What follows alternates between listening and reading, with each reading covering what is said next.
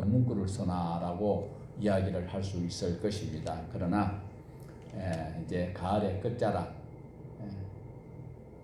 본문에서 보면 오늘 우리에게 주시는 말씀을 깨달을 수 있는 그런 은혜가 있을 줄로 믿습니다.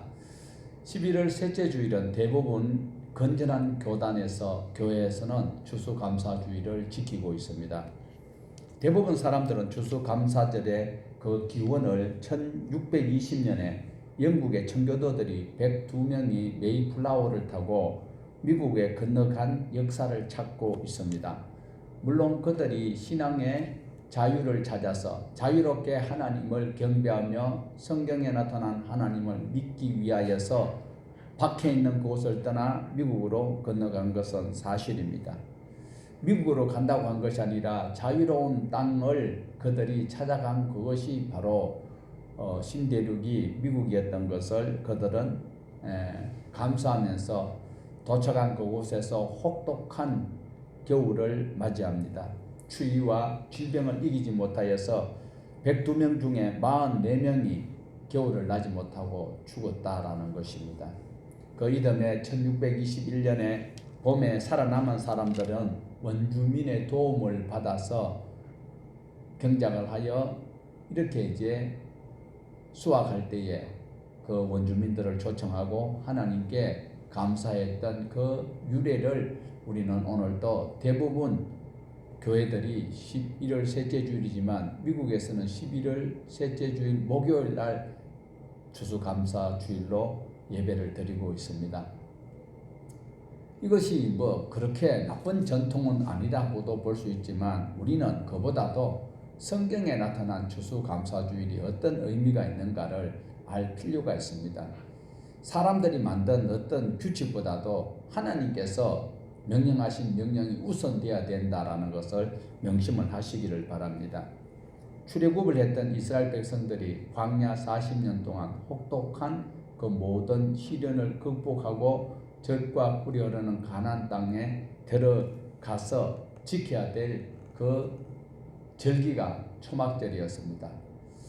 하나님께서 이스라엘 백성들을 애굽에서 끄집어낼 때에 새 절기를 주셔서요. 그 절기가 무슨 절기일까요? 유월절이 있지요. 그리고 또 무슨 절기입니까? 오순절이 있고 오순절, 명추절, 칠칠절. 그러면서 가을에 이제 수확을 하여서 열매와 모든 과실을 수장하는 수장절, 초막절 이렇게 지키고 있다라는 거예요.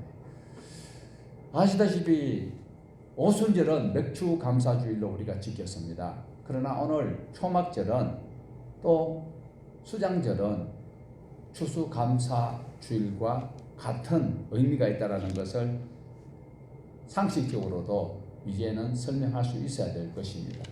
자, 민수기 29장 12절을 우리 같이 한번 보시겠습니다. 민수기 29장 12절에 보면 일곱째 달 15째 날에는 너희가 성회로 모일 것이요 아무 일도 하지 말 것이며 이래 동안 여호와 앞에 절기를 지킬 것이라. 7월 15일부터 8해 동안 하던 일을 쉬고 하나님 앞에 성회로 모이라고 말씀을 하고 있습니다. 명령입니다. 그리고 이스라엘의 7월 15일은 우리나라의 10월 중순쯤 돼요. 그러니까 우리도 10월 중순쯤 되면 이제 수확을 하지요. 우리는 추석을 지냈지만 그러나 여기서 10월 중순쯤 되는데 이때 되면 농사가 거의 이제 마무리되고 그것을 수확한 것을 가지고 예배를 하고 있다라는 거지요.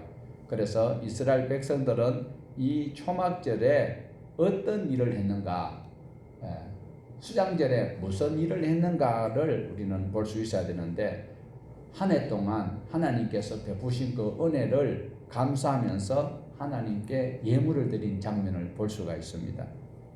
예물을 드렸는데 우리가 생각하기조차도 힘들 정도예요.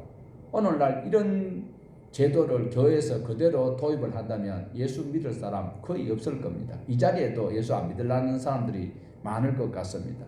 민수기 29장 13절 우리 다시 한번 더 보십니다. 너희 번제로 여호와께 향기로운 화제를 드리되 수송아지 13마리와 순양 2마리와 1년 된 염소 14마리를 다 흠없는 것으로 드릴지며 8일 동안 계속 예물을 드려야 되는 거예요. 8일 동안. 자, 여기 보면 어떻게요? 8일 동안 드리는데 황소가 몇 마리일까요?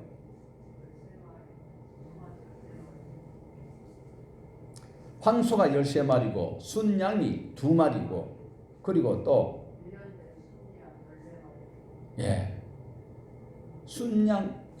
순양인데 그냥 순양은 어른 순양은 2마리 1년 된 어린 순양은 14마리예요. 자, 계속 쭉 어디까지 내려가는가 하면 8째 날까지 가는데 갈수록 황소는 숫자가 더 줄어들어요. 황소 숫자 줄어듭니다. 그러면 순양은 2마리, 계속 2마리입니다. 그리고 어린 수양은 줄어들까요? 안 줄어들까요? 황소는 첫째 날에 13마리였어. 그 둘째 날에 한 마리 줄었어. 12마리. 그 다음 셋째 날에는 11마리. 쭉쭉쭉쭉 줄어들어 가는데 그러면 중간에 있는 순양 2마리는 계속 드려야 되고 그리고 1년 된 순양은 줄어들까요? 안 줄어들까요? 안 줄어들어요. 14마리 계속 가요. 그리고 마지막 날에 가서는 8째 날에는 황소가 1마리로 마무리돼요. 그리고 순양도 1마리. 1년 된 순양은 반으로 줄어들어서 7마리를 드린다. 8일 동안 매일같이 이렇게 드린다는 것은 일주일 동안 교회 나오라 하면 안 나올 사람들도 많이 있는데 8일 동안에 이렇게 황소 13마리부터 드려. 아니 황소 없는 집은 어떻게 해? 세상에 황소 13마리 11마리 계산해봐요. 그 다음에 10마리 9마리 8마리 그러다가 계산하면 몇 마리예요? 하나님 앞에 이 규례를 그들은 감사함으로 드렸다라는 거예요. 왜 드렸습니까?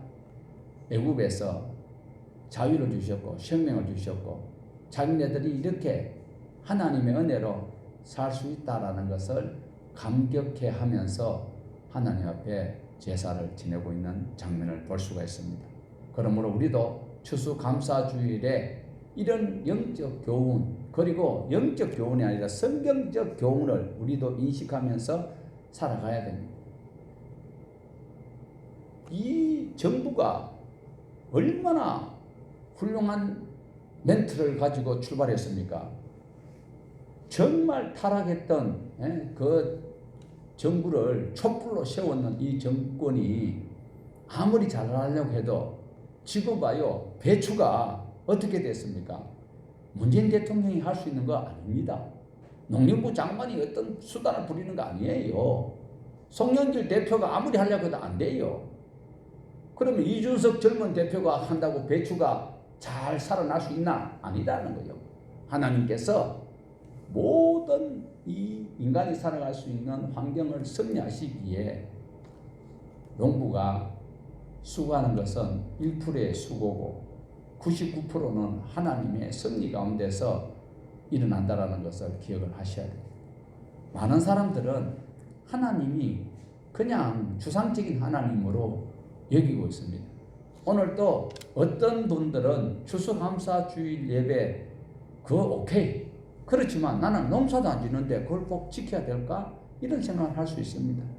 여러분 하나님의 은혜가 아니면 지금 까만 마스크, 하얀 마스크 쓰고 계신다 할지라도 코로나 여러분 걸릴 수도 있습니다. 하나님께서 막아 주셨다라고 믿기보다는 우리가 하나님이 주시는 지혜와 명철과 총명으로 또 당연히 성도로서 해야 될 의무를 다 했기 때문에 그나마도 감염 안 된 것을 하나님께서 인도해 주셨다라고 믿는 그것이 건강한 성도의 신앙의 태도일 것입니다. 농사 아무리 잘 지어도 가물어 버리면 또한 병충해가 와버리면 하나님 안 지켜줘가지고 적군이 쳐들어와서 싹 다 가져가 버리면 탄식이 나올 수밖에 없죠. 그래서 이 수장절에 등 따시고 배부를 때에 내 영혼아 시컷 먹자 이렇게 많이 모아놨으니까 여러 해 동안 이 많은 것을 가지고 잘 먹고 잘 한번 놀아보자. 그 소리가 하나님을 무시한 소리이기 때문에 하나님께서 야 야무게 서방아 오늘 저녁에 네 생명을 내가 거다 가버리면 그거 누구 것이 되겠느냐. 네 마누라가 다른 놈하고 어쨌든 이렇게 우리가 코로나 안 걸리고 배추값이 금값이지만 하나님의 은혜라라는 것이 온 성도들이 한 마음으로 하나님이 주신 은혜를 말씀으로 단단히 묶어서 주님의 피값으로 산 교회를 이루어가는 그것이 바로 이 초막절에 모세에게 전달하였던 그 하나님의 명령이 우리에게도 전달된다는 사실을 기억하셔야 됩니다.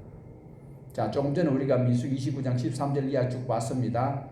여덟 해 동안 황소를 계속 잡아들여야 되고 순양을 2마리씩 드려야 되고 그리고 1년 된 순양을 계속 14마리씩 드렸습니다. 이런 것을 드릴 때에 불평한 사람이 있을까요? 없을까요? 있을 수 있습니다. 그렇지만 이들은 성경에 나타난 이때에 이분들은 모두가 기쁨으로 즐거움으로 하나님께 예물을 드렸다라는 것. 오늘 저와 여러분이 억지로 드리는 예물은 하나님께서 기뻐하지 않는다는 사실을 기억을 하셔야 됩니다. 하나님께 예물을 드리는 기본 정신은 감사함으로 드려야 된다. 자, 우리 출애굽기 13장 14절에서 16절 말씀을 같이 읽어봅니다.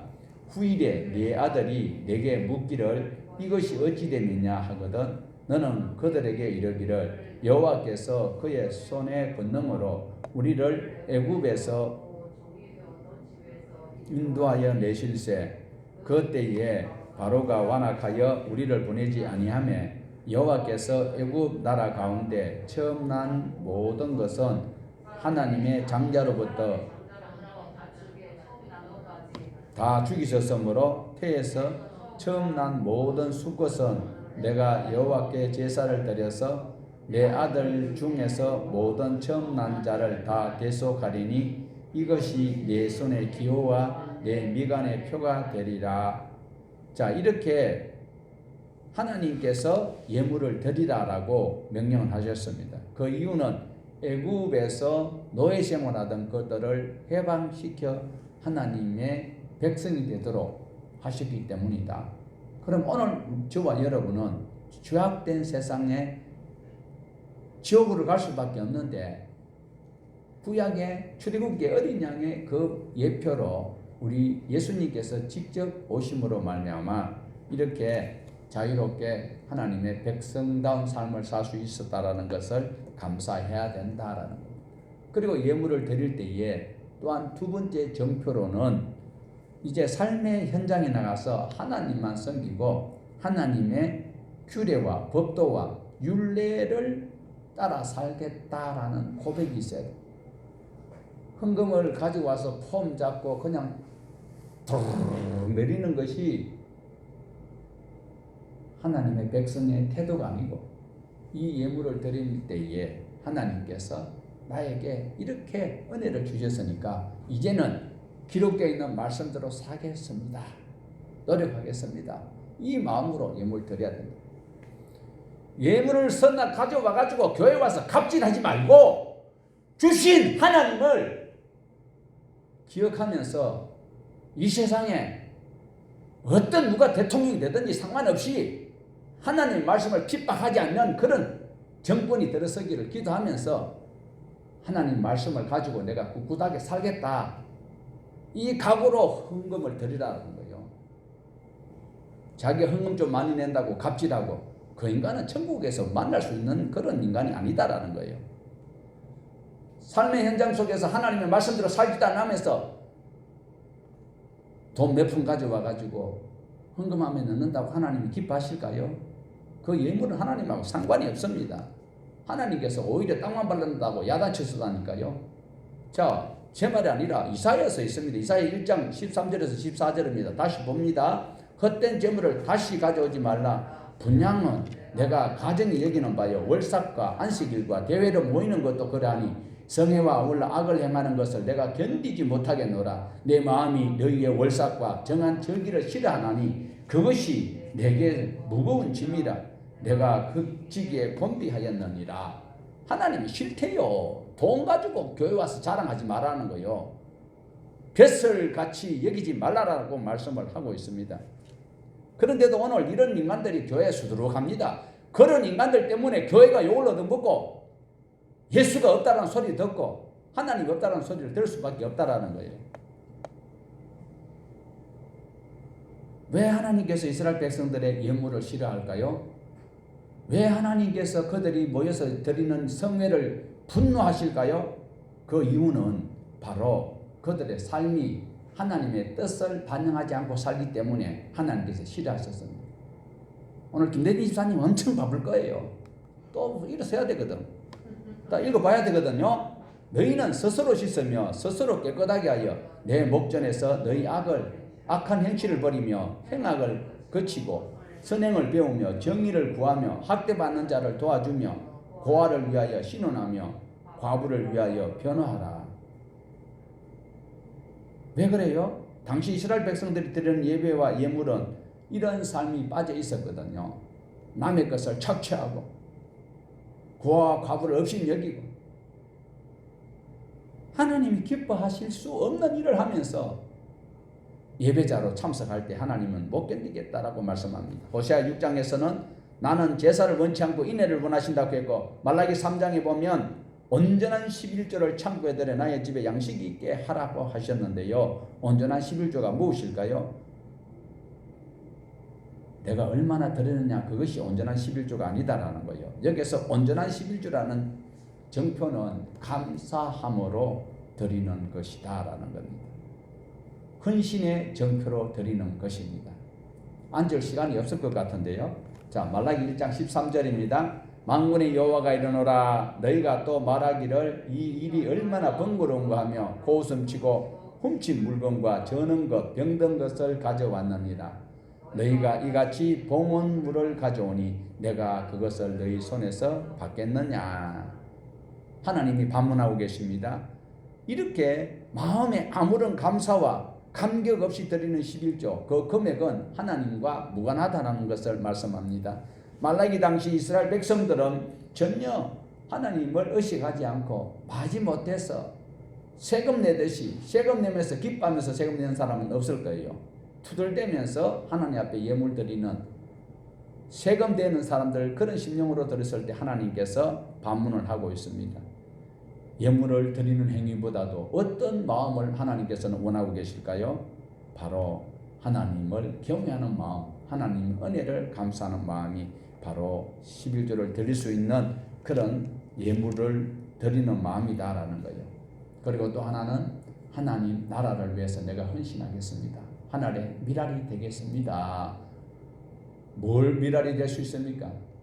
내가 무엇을 위해서 미랄이 될 수 있을까요? 하나님의 말씀을 바로 인식하고 바로 깨닫고 내가 바로 배워서 내 주위에 있는 사람들에게 바로 전달하겠다라는 거예요. 오늘 많은 사람들은요 하나님의 말씀은 관심 없어요. 설교 잘하더라, 은혜 받았대요, 감동 받았대요. 감동받은 인간이 하는 행실은 왜 그래요?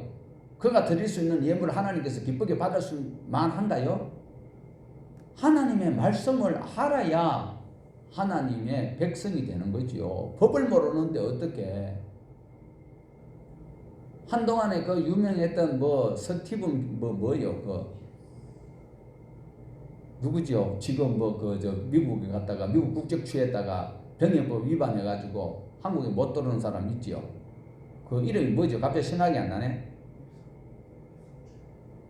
나라의 법을 지켰으면 미국에서도 활동하고 한국에서도 활동하고 있는 거예요. 근데 대한민국 국법을 어겼기 때문에 못 들어오는 거예요. 그러니까 하나님의 법을 모르면서 여러분 예수 믿고 천국 간다는 소리 하지 말라고.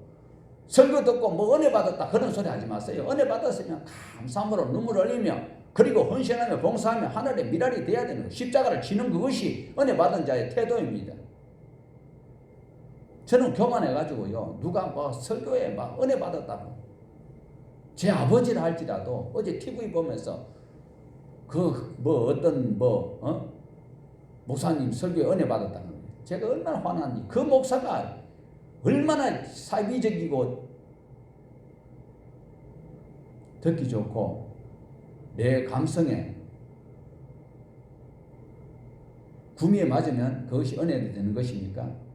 나는 싫어도 나는 불편해도 내게 희생을 강요한 하나님의 말씀이면 아멘하고 따라가는 그것이 성도의 삶이다라는 것을 기억을 하셔야 됩니다. 여러분 헌금은 아무리 많이 드려도요 그 자기 것 아니에요. 하나님 것이에요. 감사함으로 드려야 돼요. 고린도후서 9장 7절을 한번 보십니다. 각각 그 마음에 정한 대로 할 것이요 인색함으로나 억지로 하지 말지니 하나님은 즐겨내는 자를 사랑하시느니라. 우리 동안교회 성도들은 예물을 정말 감사함으로 드리는 것에 너무 감사함을 드립니다. 하나님께 감사하면서 감격적으로 예물을 드릴 수 있는 우리 기본 마인드가 돼야 된다라는 것입니다.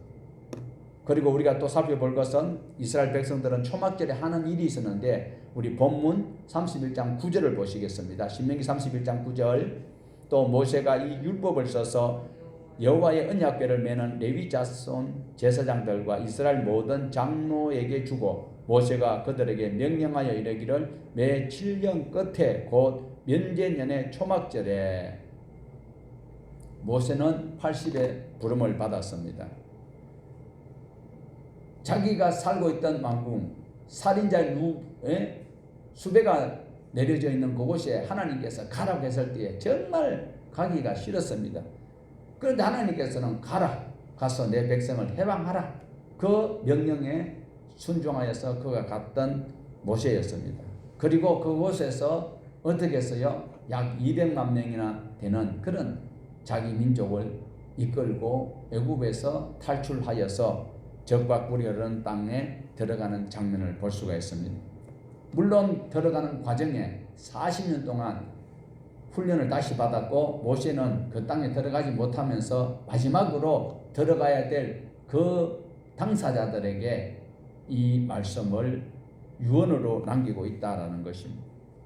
여기서 중요한 것은 하반절에 보면 매 7년 끝에 면제년의 초막절에 면제년의 초막이라는 말씀이 있습니다. 면제라는 것은 이스라엘 백성들이 가나안 땅에 들어가서 농사를 짓고 그리고 생활하다가 형편이 어려워져서 누구에게 형제 지파에 가서 돈을 빌리든지 그 형제 지파겠죠. 그래서 6년 동안 갚지 못하면 7년째는 그것을 면제를 해주라라는 것이 면제 주면 그 사람은 계산적으로는 손해가 나는 것은 당연한 것이겠죠. 그러나 하나님께서 갚아주실 것을 말씀을 하고 있습니다. 그러면서 몇 년에는 농사도 짓지 마라. 그게 수고하시는 모든 물론 그게 종도 있습니다. 돈을 못 갚아서 자기가 돈값으로 몸으로 때우겠다는 사람들도 있지요. 그런 사람들도 쉬고 가족도 쉬고 땅도 쉬도록 하였습니다. 더 웃기는 것은 한국에는 이상하게 목사들이 쉬고 있어요. 땅을 쉬라고 했는데 목사가 쉬고 있어요. 안타까운 일이 아닐 수 없습니다. 그래서 모든 사람이 더불어 살 수 있도록 우리 집에는 맛있는 거 먹고 배가 터지도록 시켜 먹고 뭐 짜장면 시켜 먹고 피자 시켜 먹고 족발 시켜 먹고 또 뭐요 햄버거 시켜 먹고 다 시켜 먹고 있는데 옆집에는 지금 먹을 것이 없어가지고 소년 가장 한부모 결손 가정에 있는 이런 어린 힘든 소녀들도 있는데 자기네들은 배가 터지도록 먹고. 그런 시대가 그 사람들은 복을 받았다고 이야기할 수 있겠지요. 지금도 마찬가지입니다. 대통령이 누가 되든지 상관없습니다만 함께 분개심이 안 일어나는 사회를 만드는 사람이 진짜 착한 사람이고 착한 대통령이 될 거예요. 똑같이 공평하게 저분들은 저렇게 노력해서 저렇게 살고 있고 또 그분들이 받은 대가를 함께 나누고 있고 받는 입장에서는 그분들을 참 고마워할 수 있는 이런 사회가 돼야 되는 것이지요. 그런데 없는 분들은 있는 분을 욕하고 있는 분은 없는 사람을 멸시하는 이런 사회는 전쟁이 나야 되지요. 그래서 함께 살 수 있도록 면제년이라는 것을 7년째 면제년에 그것도 어떻게 해요?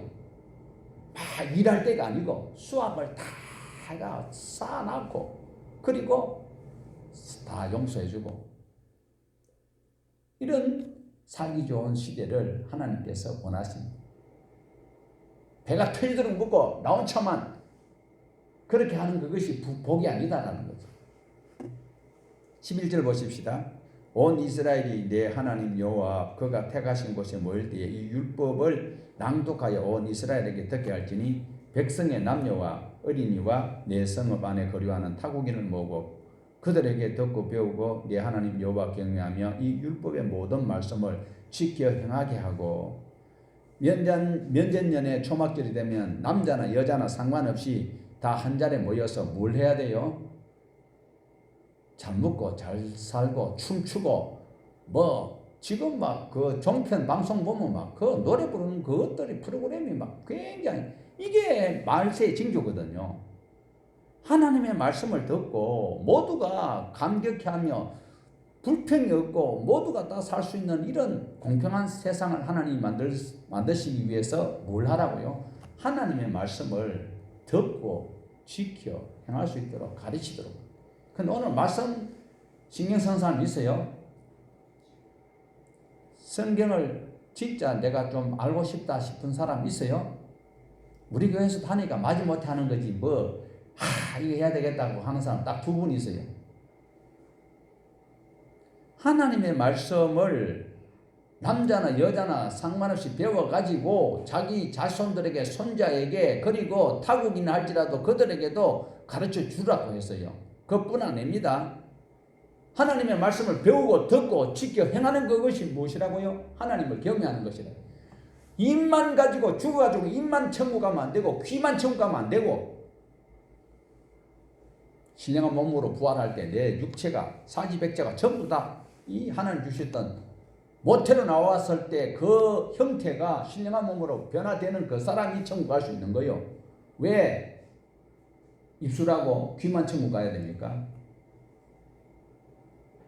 하나님의 말씀을 듣고 지켜 행하는 그 사람이 가르치기를 원하는 사람이 하나님을 경외하는 사람이다. 목소리로 아름다운 목소리로 사부로 찬양을 하는 그런 사람만 천국 가는 것이 아니다. 그게 경외가 아니다. 13절 봅시다. 같이 봅니다. 큰 소리로 또 너희가 요단을 건너가서 차지할 땅에 거주할 동안에 이 말씀을 알지 못하는 그들의 자녀들에게 듣고 내 하나님 여호와를 경외하기를 배우게 할지니라. 자, 요번에 면전년에 초막절에 한번 딱 하고 치워버리라 했습니까? 어디를? 지금 여기 장차 어디를 건너가요? 그러면 이스라엘 백성들에게만 해당되고 우리와는 상관없지요. 우리 교회와 상관없지요. 우리 성도님과 상관없는 말씀이지요. 아닌가요? 너희가 요단을 건너가서 차지할 땅에 거주할 동안 이 말씀을 알지 못하는 그들의 자녀에게 듣고 내 하나님 여호와 경외하기를 배우게 할지니라. 우리에게도 책임이 있다라는 거예요.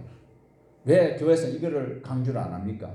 복 준다, 잘 된다, 귀신 내쫓는 거, 병 고치는 거.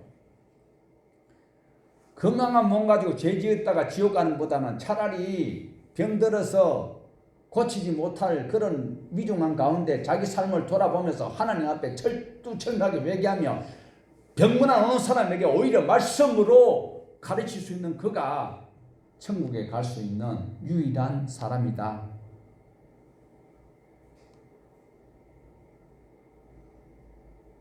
우리에게 상관없을까요? 어떤 사람은 이건 구약에 있는 말씀이잖아요. 구약 말씀인데 신약에서는 우리에게 상관없는 듯 이야기하는 이들도 있지만 어떻게요? 오늘 우리에게도 해야 될 의무가 있다라는 말씀을 꼭 기억을 하셔야 됩니다. 그러므로 면제년에 초막절마다 온 백성들이 함께 모여서 뭘 해야 돼요? 성경을 공부를 해야 된다. 성경 강좌를 해야 된다. 이스라엘 백성들이 애굽을 건너와서 이렇게 모세가 유언을 한 이후에 그들이 하나님 말씀을 몇천 년마다 했느냐? 여호수아가 들어가서 살아있는 동안 했느냐? 못했다라는 거예요. 그 뒤로 어떻게 사사시대 360년 동안 망할 짓을 했고 사울 왕이 자살해버렸고 다윗이 왕국을 이뤘지만 실제로 그 아들이 잘못했고 그러다가 나라가 두 번에 갈라졌다가 바벨론까지 포로로 끌려갔다가 어떻게 해요? 모세가 이 31장 9절에서 13절의 말씀을 이 전가하고 난 이후에 약 1000년이 지나가서 그때가 언제요? 나라가 망해가지고 바벨론에 가가지고 죽을 고생하다가 그때에 하나님의 말씀을 듣고 하나님이 진짜 하나님이구나 그 말씀을 가지고 온 분이 바로 에스라와 느헤미야. 지금도 어떤 분들은 이스라엘에 가서 성지순례 갔다 와가지고 은혜 받았다고 이야기하는 분들이 있어요. 이스라엘에 가서 대학 공부했다고 가서 우리나라에서 교수하는 분들도 있어요. 이스라엘 사람들이 뭐 잘했는데 하나님의 뜻을 거역하는 원흉들이 이스라엘 백성들이었습니다. 그 사람들이 하나님 말씀을 제대로 안 지키고 있다가 1000년 뒤에 일어났어요. 자, 느헤미야 8장 18절 한번 보십시다.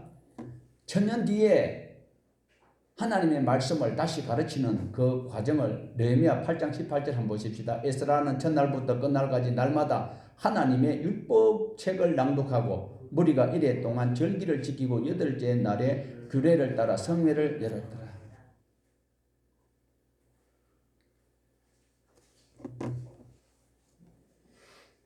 자, 9장 1절입니다. 그달 서무날에 이스라엘 자손이 다 모여 금식하며 굵은 벼옷을 입고 뒷걸을 무릅쓰며 모든 이방 사람들과 절규하고 서서 자기의 죄와 조상들의 허물을 자복하고. 이스라엘 백성들이 하나님의 말씀을 전혀 몰랐는데 포로로 끌려갈 때도 바벨론 신이 더 컸고 아수르의 신이 더 컸고 우리 하나님은 어디 그냥 조만한 하나님 산의 하나님이라 가지고 이거 뭐 별 볼 일 없는 하나님이라고 여기는데 그곳에 가보니까 말뚝신도 아무것도 아니고 장작신도 아무것도 아니고 하나님이 최고다. 하나님이 천지 만물을 그리고 운행하시는 분 하나님이라는 것을 그들이 깨닫고 그 말씀을 들었을 때에 자 보세요.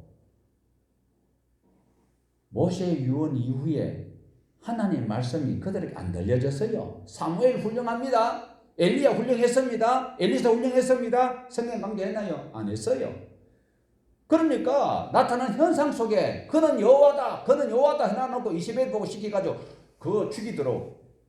그런데 하나님의 말씀을 바벨론 포로 갔다 와가지고 다시 들어와서 에스라 선생님이 하나님 말씀을 읽어주니까 그 말씀을 듣고 가슴을 찢고 회개하는 거예요. 하나님의 말씀을 알아야 회개하는 거예요. 하나님 말씀을 안 배우고 교회만 왔다 갔다 하고 찬양하고 뭐 찬양 그거 정말 다윗이 찬양을 많이 했다고 막 전부 다 보면 찬양하는 교회에 다 부흥해요. 찬양하는 교회에 다 부흥한다니까. 말씀은 상관없어.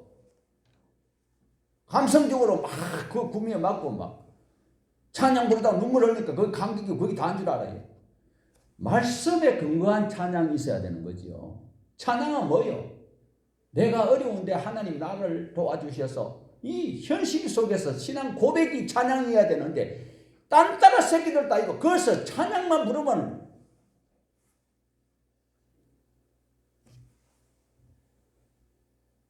하나님 말씀 들을 때 회개하지요. 그래서 찬양 인도하는 거 예수 방송 선교회 그 제가 이제 그 계속 그것만 나오니까 제가 가끔 들어요. 들어보면 찬양만 할 때는 그래서 은혜가 돼요.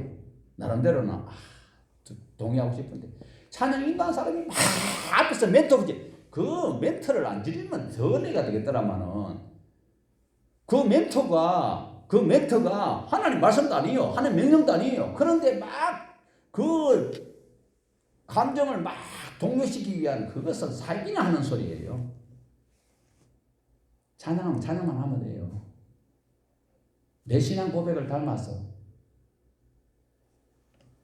하나님 말씀 들을 때 회개가 일어나죠. 찬양회가 회개 일어난다 하는 그거는 그래 놓고 통성기도 하잖아요. 또 주여 몇 번 부르고 요새는 주여 10장까지 부른다 하더라고요.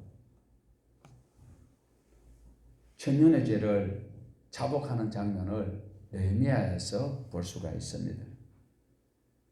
누구나 하나님의 율법에 근거해서 심판을 받고 지옥 가고 천국 갑니다. 백보자 심판 때는요, 하나님의 율법대로 살았느냐 안 살았느냐에 따라서 낙원에 있던 사람들, 음부에 있던 사람들이 다시 심판을 받았을 때 말씀에 근거하여 재판을 받게 된다라는 것을 기억을 하셔야 됩니다. 이스라엘 백성들이 모세가 이렇게 율법을 가나안 땅에 들어가서 알지 못하는 그들에게도 가르치라고 했는데 안 가르쳤다가 정말 말씀대로 안 사니까 하나님께서 레위기 26장대로 심판하지 아니하시고 선지자들을 부단히 보내었는데도 아무리 보내도 안 들었어요. 그러다 결국은 나라가 망하게 되었고 천년 뒤에 이들이 고국에 돌아와서 무너진 성벽을 다시 세우고 난 다음에 이 성경 강좌를 통하여서 하나님 앞에 회개하고 그러면서 감격했던 이 장면이 바로 초막절에 지켜야 될, 추수감사절에 지켜야 될 일이다라는 것입니다. 그나마 다행스러운 것은 우리 교회에서는 하나님의 말씀을 초막절이 아니더라도 계속 강좌가 진행되고 있다는 것에 저는 나름 위안을 받고 있습니다. 동참하는 분들이 더 많아지면 더 좋겠는데 오늘도 우리는 말씀으로 하나님의 나라를 세우고 그리고 우리 심령 위에 하나님의 나라가 세워질 수 있는 추수감사주일이 되었으면 참 좋겠습니다. 모두가 하나님 말씀 의지해서 경외하며 하나님을 찬양하는 이 감사주일 되기를 주님의 이름으로 축복합니다.